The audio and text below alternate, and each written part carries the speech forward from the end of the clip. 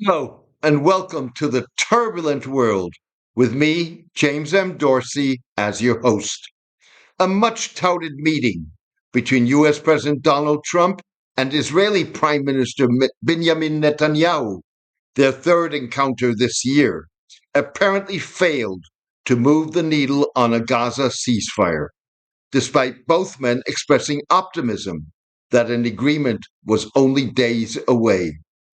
Messrs. Trump and Netanyahu entered the meeting with differing expectations.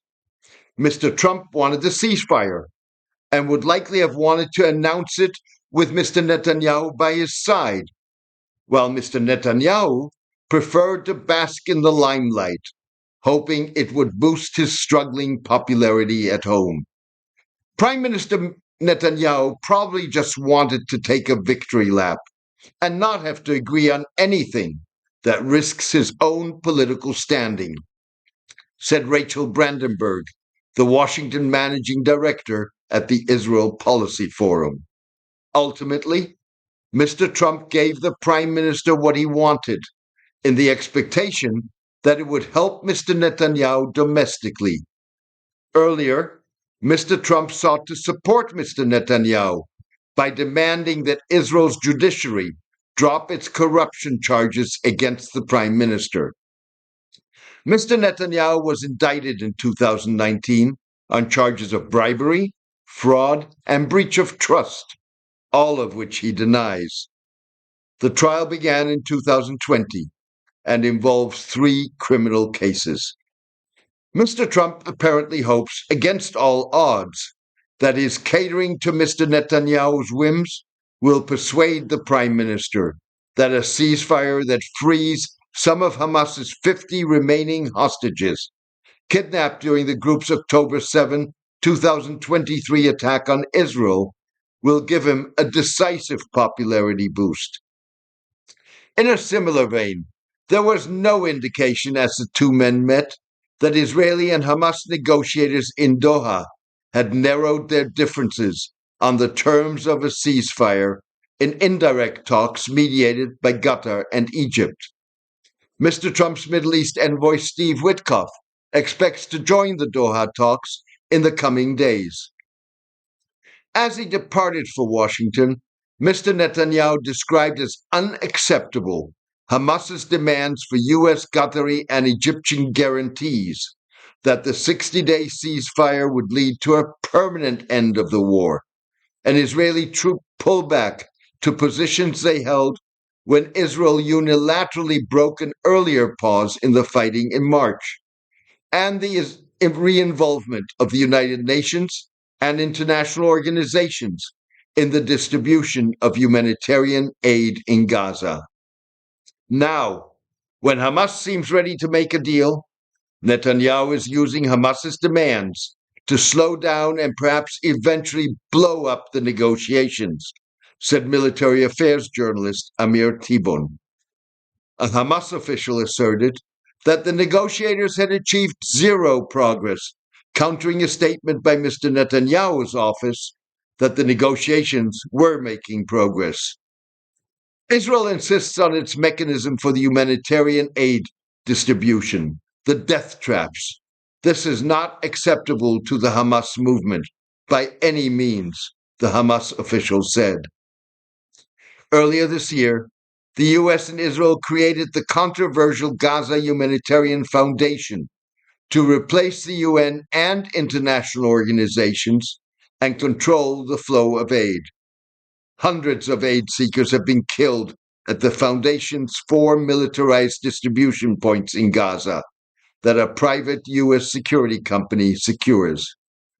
A $2 billion leaked foundation plan to build large-scale camps called humanitarian transit areas in Gaza and possibly elsewhere to house the Palestinians as a way of replacing Hamas's control over the population, likely reinforced Hamas's insistence that the UN and international organizations regain control of the flow of aid into the Strip. Israeli Defense Minister Israel Katz appeared to put flesh on the foundation's skeleton by suggesting that Israel would use a ceasefire to relocate 600,000 Palestinians to a humanitarian city.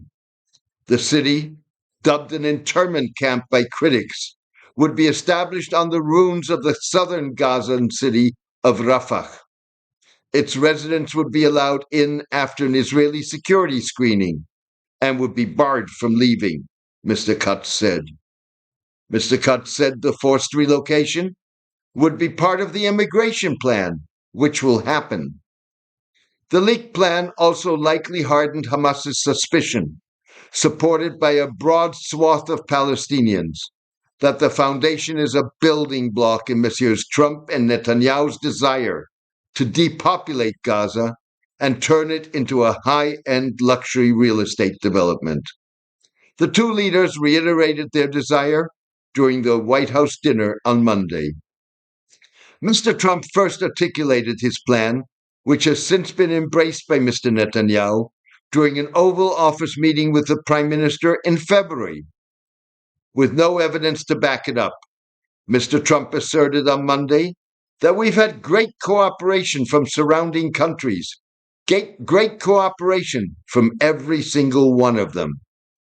The international community, including all Middle Eastern states, has condemned the Trump-Netanyahu resettlement plan. The foundation's labeling of the camps as transit areas and references to sites outside of the Strip reinforce the suspicions. This is a recipe for catastrophe because it ensures that no agreement in Gaza is durable. If this plan is going to become policy, that renders any post-war framework moot, including the entry into Gaza of a post-war Arab peacekeeping force, said Alon Pinkas, a former Israeli diplomat. The leaking of the foundation's plan and Mr. Kutz's disclosures seem timed to complicate the Doha ceasefire talks. Mr. Netanyahu is probably counting on Mr. Trump laying the blame at Hamas's doorstep should the talks fail for the umpteenth time.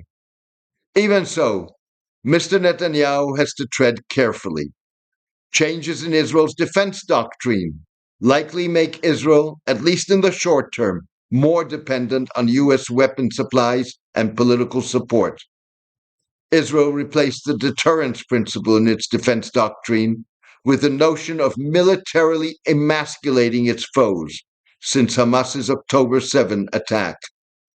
The new Israeli doctrine has shaped Israel's war goals in Gaza, as well as its decimation of Hezbollah, the Iran-backed Lebanese Shiite militia and political movement, and the Syrian military in the wake of last December's fall of President Bashar al-Assad. Beyond Iran's nuclear facilities and nuclear science community, Israel targeted the Islamic Republic's military command during its 12-day war against Iran. In dealing with Mr. Trump, Mr. Netanyahu has to also keep in mind Israel's shift from an emphasis on its ability to defend itself to greater battlefield cooperation with the United States, and tacitly, regional players such as Jordan and Saudi Arabia. The two Arab states, alongside the United States, helped Israel intercept Iranian missiles when Iran twice last year fired missile barrages at the Jewish state, and during last month's Israel-Iran war. Similarly, the United States joined Israel in June in striking at Iranian nuclear facilities.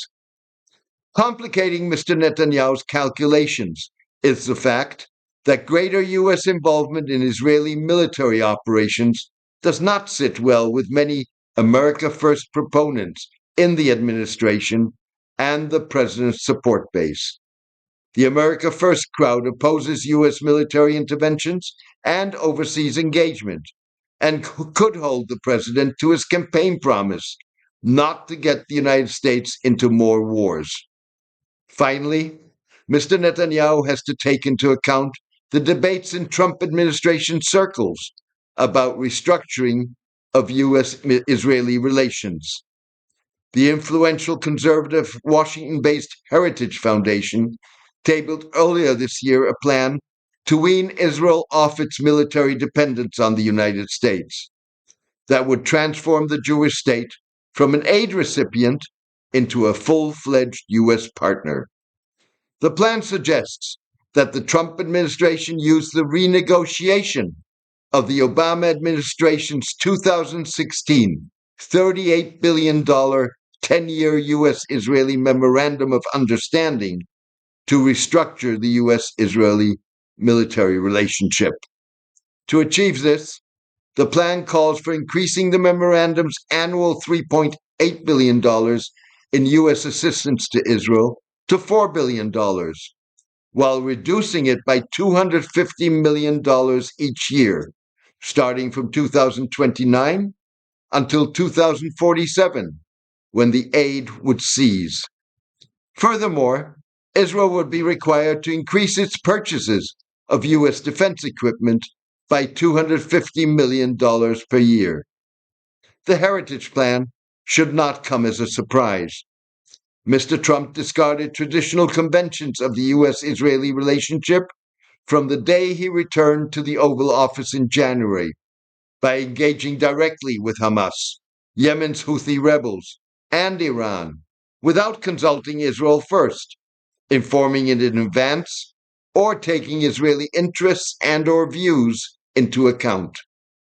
Donald Trump is the first U.S. president who in 6 months has both sidelined and embraced Israel when it suited his interests, seemingly impervious to political blowback, said former U.S. Middle East peace negotiator Aaron David Miller. Thank you for joining me today. The Turbulent World with James M. Dorsey seeks to empower readers, listeners, and viewers to form informed opinions of their own. Equitable, fair, and honest analysis that lets the chips fall where they may has seldom been more important in a world racked by brutal wars, unimaginable humanitarian crises, and increasing authoritarianism. If you share this vision, please consider becoming a paid subscriber by going to jamesmdorsey.substack.com. The Turbulent World can only sustain and expand its independent coverage, free of advertisements and clickbait, with the support of its readers. Thank you for your support and loyalty. Take care and see you soon.